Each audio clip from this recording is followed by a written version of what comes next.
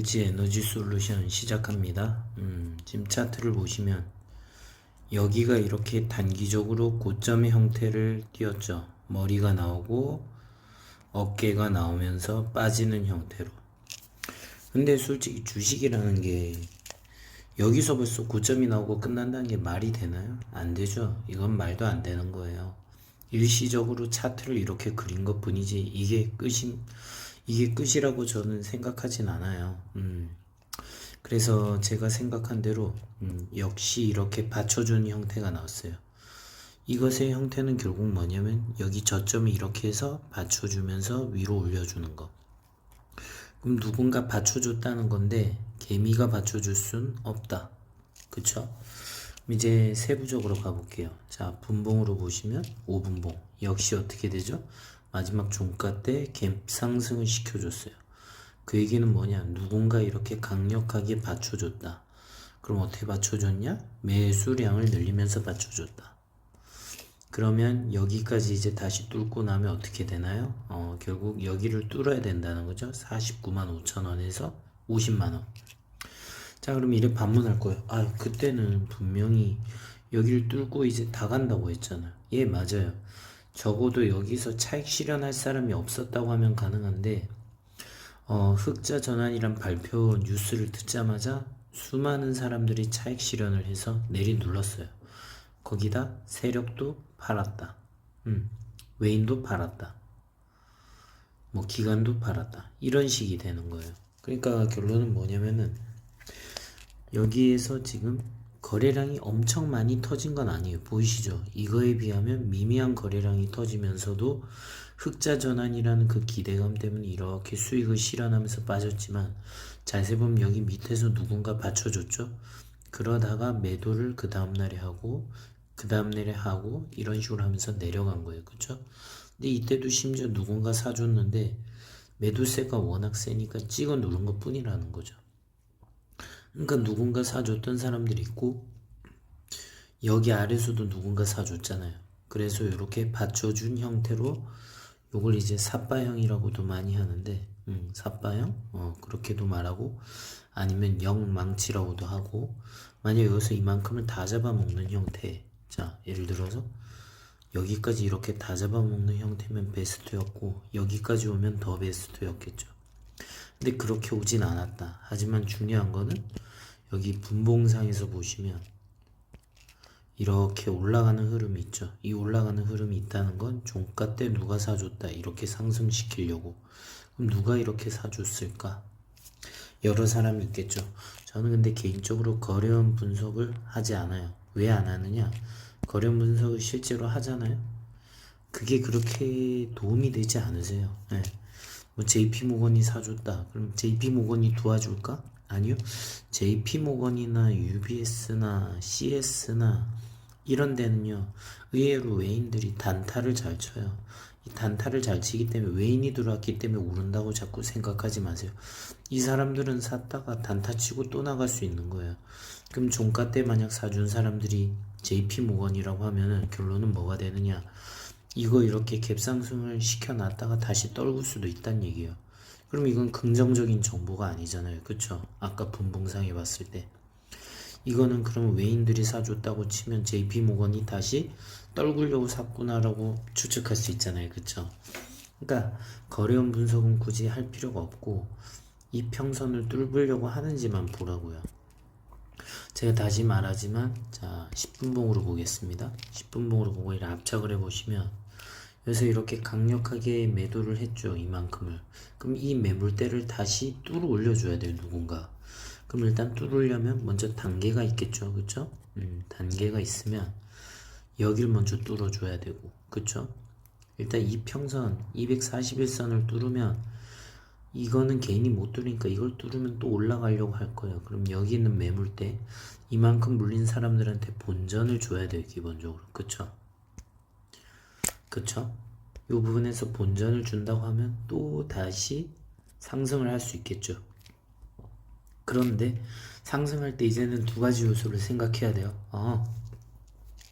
사람들이 다 이렇게 올라가면은 더 큰 가격에서 매도할 줄 알았는데 나는 이만하면 됐어 하면서 이렇게 매도한 사람들이 의외로 엄청 많았다는 거죠. 그쵸? 그래서 단기적으로 이렇게 머리가 나오고 어깨가 나오는 이런 고점이라는 표시를 하면서 이렇게 끝났는데, 다시 한번 이게 되지 않을까 걱정하는 사람들이 있을 거예요. 그러니까 이걸 강력하게 뚫어줘야 돼요. 어떻게 되냐? 58만원까지 노 스트레이트로 날려야 돼요. 달린다고 해도 요만큼의 또 매물대가 있죠. 그쵸?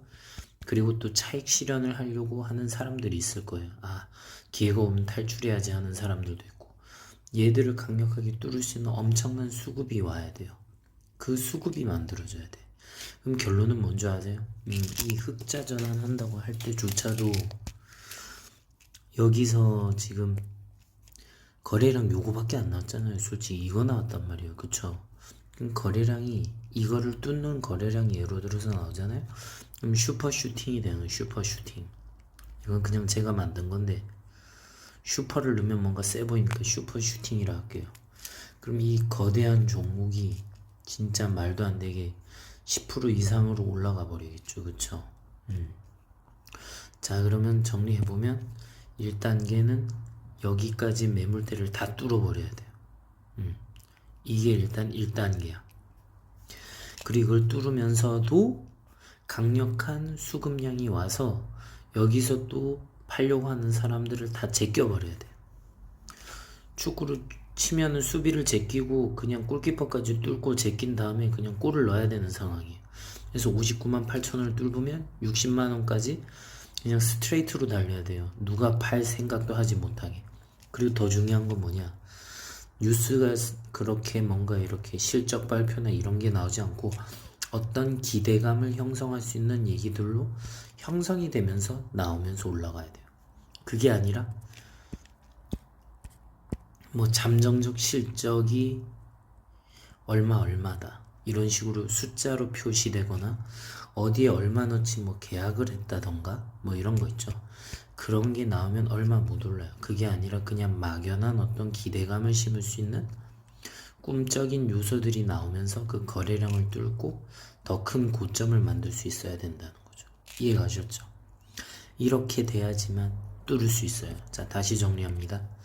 여기까지는 다 뚫어버릴 수 있는 강력한 거래량이 나오면서 본전을 다 챙겨줘야 돼요. 여기까지도 챙겨줘야 돼요. 그럼 60만원이 뚫릴 거예요. 그쵸? 60만원대가 되고 여기서 더 올라가려면은 결국 꿈이 나와야 돼요. 이 꿈까지 나와가지고 거래량을 올리면 이 거래량을 뚫는 더 거대한 거래량조차도 나와야 되는 거예요. 이게 나오고 나면 진짜 이거는 뭐냐, 단기적인 진짜 고점이 될 거예요. 이때는 제가 미리 말하는데 뭐 예견 아닌 예견인데 전 70만원까지 올라갈 거를 기대하고 있거든요. 여기까지 올라간다고 하면은 만약에 이때는 꼭 팔아야 돼요. 왜 그러냐면 이때는 꿈이 나왔기 때문에 그 다음부터는 계속 조정을 할 겁니다. 조정하려는 이유는 여러 가지가 될 거예요. 공매도보다 더 무서운 게 사실 이런 꿈에 대해서 얘기하는 게 구체적인 게 없잖아요. 그럼 이 꿈이 없다는 얘기는, 꿈이 있다는 얘기는 실적이 바탕으로 된 게 아니라 막연한 거기 때문에 그냥 고점이에요. 이거는 고점이 되면 그 다음부터는 차익을 실현합니다. 현명한 세력들과 기관, 외인 이런 사람들은 다 투자에 도가 텄기 때문에 다 팔아 제낍니다. 그리고 여러분이 항상 욕하고 뉴스에서 욕하는 연기금 수익률 나쁜 거 아니에요. 연평균 수익률이 그렇게 나오는 게 개인이 쉬울 것 같아요? 불가능하지. 얘들은 맨날 사고 맨날 팔아야 되는데 그게 얼마나 힘든 일인 줄 아세요? 그러니까 연기금도 있고 이렇게 한다는 건 이 종목이 그래도 가치가 있어서 사는 거예요. 우리보다 고급 정보가 있다고 생각해야 돼요. 그러니까 뉴스 보고 누구 욕하고 그런 거 신경 쓰지 말고 오로지 내가 주관적으로 해석을 해서 아, 지금 이런 상황이군 하고 내 스스로 느껴야 돼요. 뉴스 지금 여기까지 하나도 저 안 봤죠. 이제 뉴스 봐봐요. 여기서 이제 뉴스 보면 그냥 또 이렇게 다른 종목 광고하네. SK하이닉스 뭐 하이트진로 얘기 나오고 이사 오라고 꼬시는 거예요. 쉽게 말해서. 자, 근데 여기 이런 게 나오네요. K배터리 글로벌 패권 장악. 원료 확보에 달렸다. 그럼 이 원료 확보에 달렸다는 문제가 해결되는 게 나온다면 좋은 거겠죠. 그리고 인플레 공포에 파랗게 질린 증시 때문에 코스닥 하락했다. 미국 이런 얘기 나왔죠. 인플레 얘기 나왔죠. 금리 인상 얘기 나오겠죠. 그리고 여러분들이 중요시 여겨야 될 것. 지금 러시아하고 우크라이나 전쟁한다 만다 하죠. 이게 우리나라에 영향 안 줄 것 같죠. 영향 줍니다. 대표적으로 뭐가 있냐면 옛날에 앙드레 코스톨라니 때 갑자기 독일에 히틀러가 집권을 했대요. 근데 프랑스 파리 증권은 오히려 호황이었어요. 그래서 사람들이 얘기했어요. 앙드레 코스톨라니는 이렇게 말했죠. 아니 독일이 곧 있으면 히틀러가 되면은 전쟁이 위기인데 당신들 어떻게 증권이 이렇게 호황이냐고 하니까 프랑스에서 말한 게 그게 파리랑 무슨 상관이냐고 했어요. 그런데 결국 나치 히틀러가 집권하고 나서 어떻게 됐죠? 결국 프랑스 주식시장은 폭락을 했어요. 그렇듯이 전쟁 리스크가 지금 있죠. 그리고 터키 지금 리라화가 문제가 됐을 겁니다. 그쵸? 근데 이 터키 리라화에 대해서는 예전에 뭐가 있었냐면 제가 3프로 TV에서 봤던 게 오건영 부부장이 있어요. 오건영 부부장. 이분이 나와가지고 말한 게 터키의 리라화가 문제가 되고 있다 얘기를 했어요. 벌써 작년 12월에 했어요. 그러니까 뉴스에서 이제 떠드는 건 벌써 2개월이나 뒤처진 소식이라는 거죠.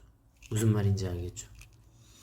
자, 그러면 결론은 뭐냐? 이런 리스크들이 있기 때문에 앞으로 다른 종목들은 조정을 심하게 받는데 이 종목이 그런 리스크를 뚫고 이긴다고 하면 수급이 여기에 몰릴까요? 안 몰릴까요? 당연히 몰리겠죠. 그쵸? 무슨 ETF에 뭐 자금이 들어온다, 패시브 자금이 들어온다, 코스피 200이 들어온다. 아, 이런 게 중요한 게 아니라 그냥 다 필요 없고 있단 말은 수급.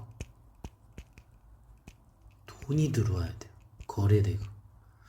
강력한 거래대금이 들어오면 당신들이 생각하는 그 주가 원하는 가격 있죠? 나와요. 근데 수급이 안 들어온다? 아무리 좋은 호재도 안 돼요. 수급이 제일 중요해요. 거래 대금으로 결국 사자가 엄청난 강한 사자가 되면 매도세가 소용이 없어져요. 그냥 간단히 말해서 다 산다고 하잖아요. 그럼 끝나는 거예요. 알겠죠? 그래서 LG에너지 솔루션에 대해선 잘 지켜보시면서 차트로 대응을 하라 이겁니다. 그리고 57만원대 판 사람은 잘한 거예요. 진짜. 네. 그렇게 차트를 보면서 판 사람은 정말 잘했을 겁니다. 그쵸? 차트를 보면서 파세요.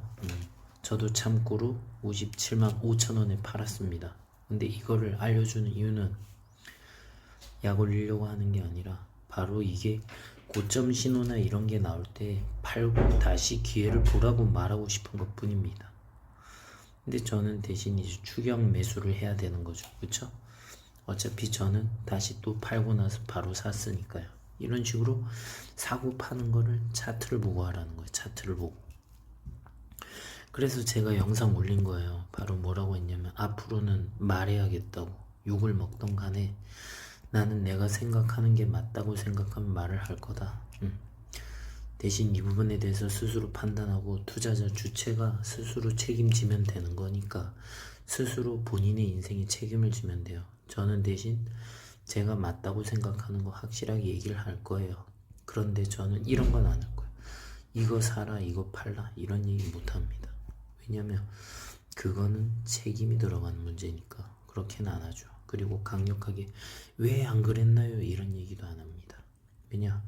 그것도 스스로 생각하셔야 되니까. 그쵸? 근데 이건 얘기할 겁니다. 이런 식으로 말할 거예요. 아, 이게 단기적 고점인 것 같다. 잘 생각해라. 이렇게 말할 수 있어요. 이렇게 얘기하는 이유는 뭐냐면 생각해 보시라 이겁니다. 생각해봐라. 생각이 중요하니까.